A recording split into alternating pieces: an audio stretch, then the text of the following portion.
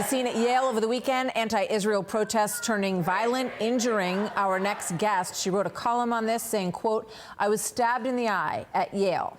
The school has allowed anti-Israel students to run roughshod over their most basic policies. Yesterday, she writes, "I paid the price for their inaction." Yale student Sahar Tartak needed hospital treatment for that injury. She is doing well now, which we're happy to say, and she joins us now. Sahar, welcome. It's good to have you with us. Your piece is very moving on this morning in the Free Press. Tell me a little bit about what was going on when you were there. What did you see all around you? And then what happened?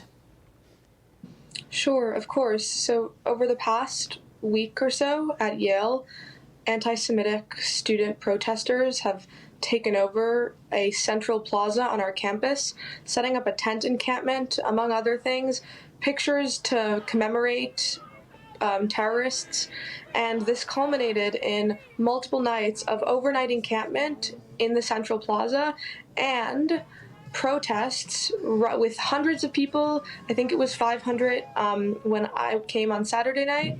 And as soon as I was identified with my friend who wears a black hat as visibly Orthodox Jewish students, I was immediately blockaded by protest organizers.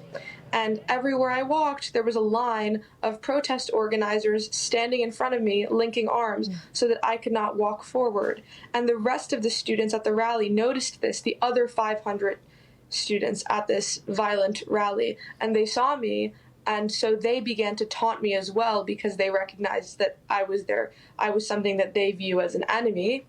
And finally, the taunting continued and escalated, and I was just there to record them. And the taunting escalated until somebody waved a Palestinian flag in my face and then jabbed me in my left eye.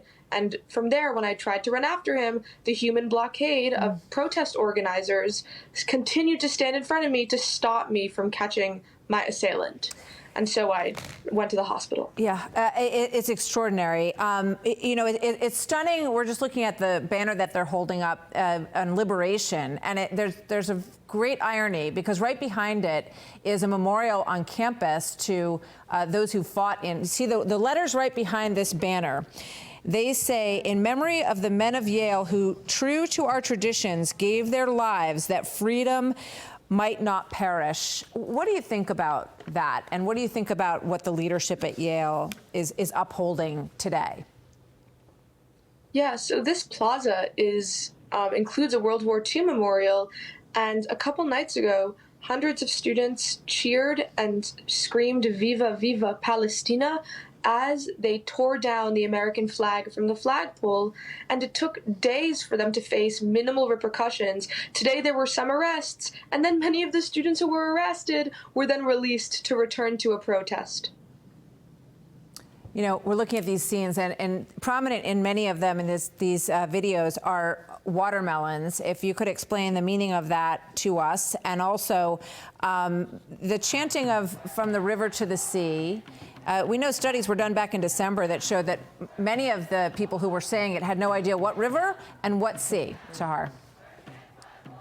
Sure, so we've seen the watermelon all over campus. It's supposed to be a symbol basically against the Jewish people and in favor, like all the other symbols that these students are using, in favor of violent, terroristic acts against Jews in the state of Israel as a form of liberation.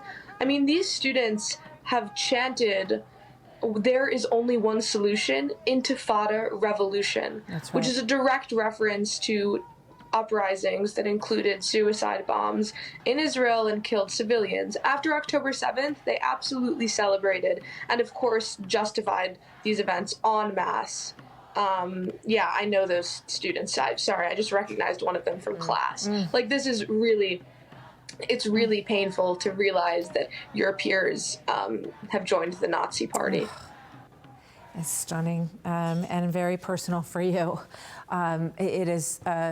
I feel for you, and we're glad that your eye is okay. I know that your mother had her eye injured in Iran in a not dissimilar situation. Thank you for your bravery. Thanks for coming on and talking to us today, Sahar. Sahar Tartak. Thank you so much. God bless you. You as well. I'm Steve Doocy. I'm Brian Kilmeade. And I'm Ainsley Earhart. And click here to subscribe to the Fox News YouTube page to catch our hottest interviews and most compelling analysis.